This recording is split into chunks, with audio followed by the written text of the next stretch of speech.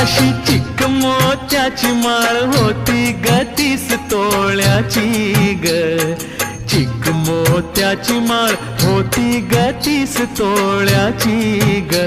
जसा गणपतीचा गोंडा चौरंगी लाल बावटा ग, गणपतीचा गोंडा चौरंगी लाल बावटा ग.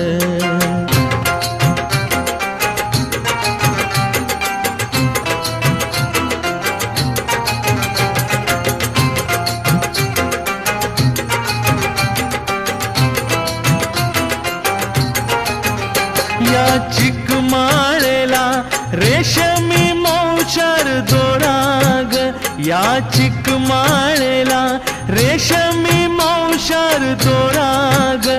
मऊ रेशमाच्या दोऱ्यात नवरंगी माळ ओविली